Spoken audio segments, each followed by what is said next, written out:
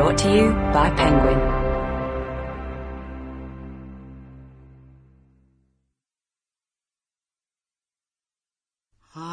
Amazing grace, how sweet the sound that saved a wretch like me. Oh Dear Silvia, written and read by Dawn French.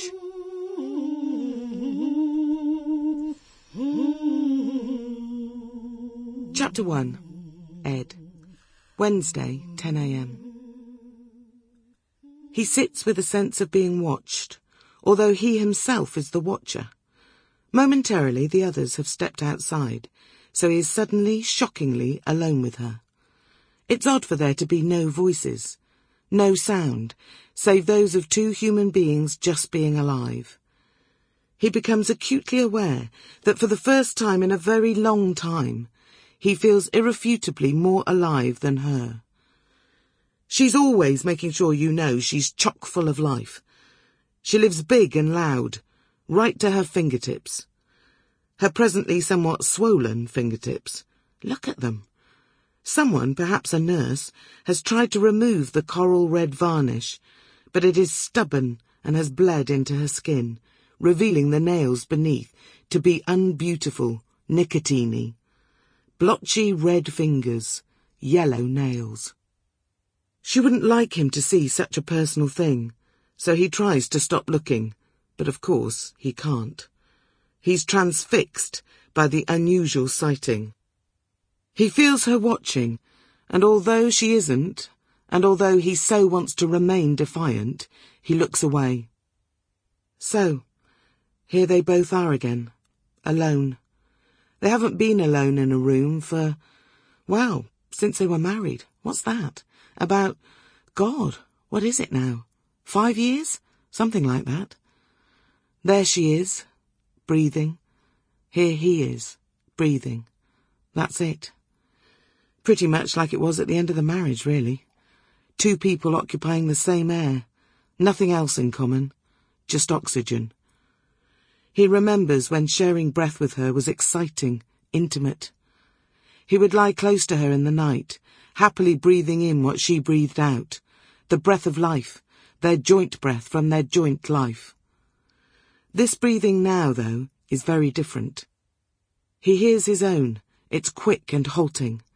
It fits with his heartbeat, which is anxiously fast and occasionally missing altogether when he finds himself holding his breath, whilst urgent, frightening thoughts distract him. Her breathing is entirely unfamiliar. It's regimented and deep. Her lungs are rhythmically resonating loudly around the room, chiming in with the bellow-like wheezing of the machine. She's being breathed for, through a huge, ugly tube in her throat, because Silvia Shute, despite all the supposed life in her, is in a coma.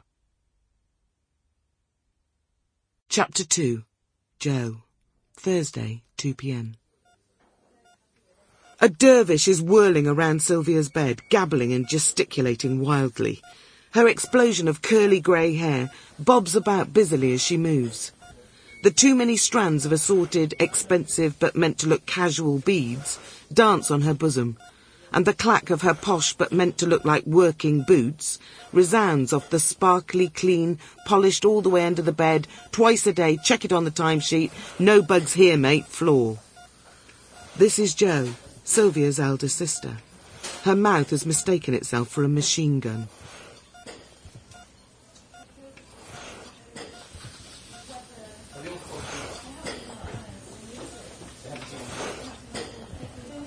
It just bothers me, darling, that when you do eventually wake up, I'm not even going to be able to tell you what happened, because nobody seems to bloody know. You are probably the only one. Will you ever remember? God knows.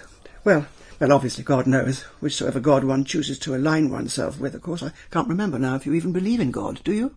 Oh, God, that's awful. No, I don't think you do.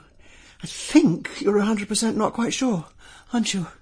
I remember you once saying you thought Jesus wore a blindfold to decide who would get the poorly babies and how that was terribly unfair, but you were 11. Sample complete. Ready to continue?